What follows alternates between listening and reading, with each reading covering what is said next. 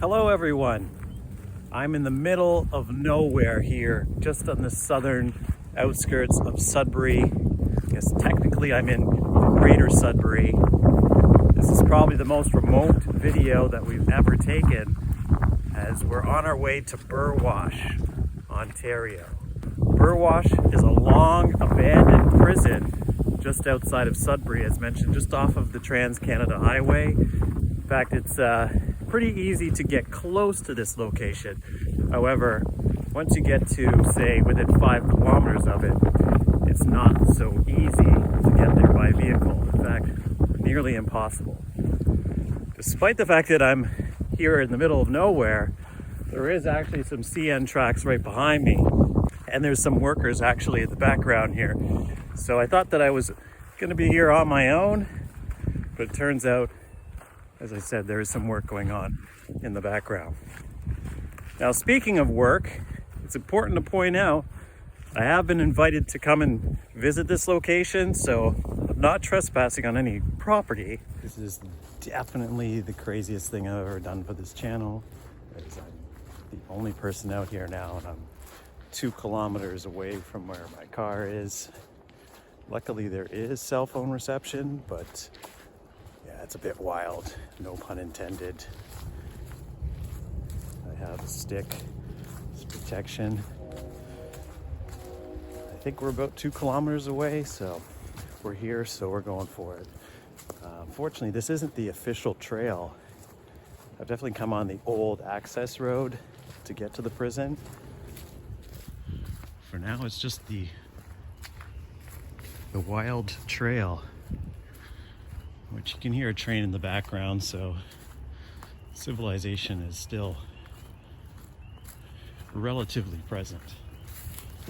Every sound that you hear out here kind of takes a deeper meaning and somewhat a little bit more intimidating when you see it, but now we're here out in the beautiful opening. A lot of beaver activity here, as you can see in the center.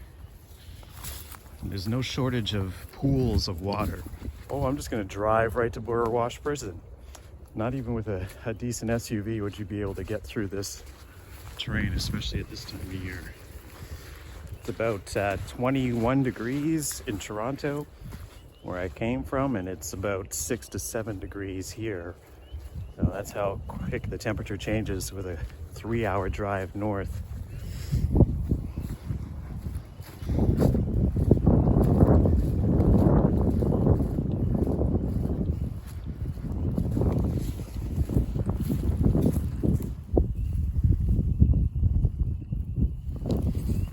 There's a lot of swamp in this trail, and even like on certain patches of land, you're like lower than, say, the water just behind me here.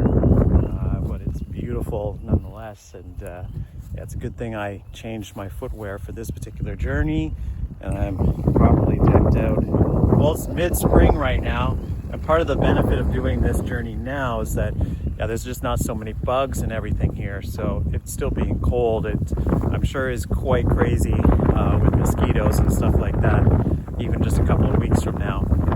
But I will be coming back here in a couple of weeks to do the journey the other way, so hopefully it won't be too bad, but we're almost there, so I'm just going to continue down this watery path. This trail is full of some interesting sights along the way. I'm definitely glad that I've taken it, because yeah, it definitely shows that there's been quite the amount of activity in the past over the years of people visiting this site. So I'll show you some of the interesting things I've seen. Clear signs of inhabitants.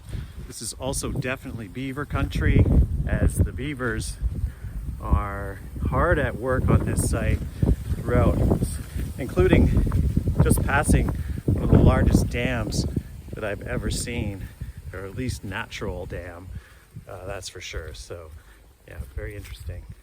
It's taken about an hour to get here. Google Maps was not wrong. However, I did stop along the way to take some pictures and video, but we are here. Now, I've done a lot of Halloween attractions for my channel, but this is easily the creepiest place that we have ever visited.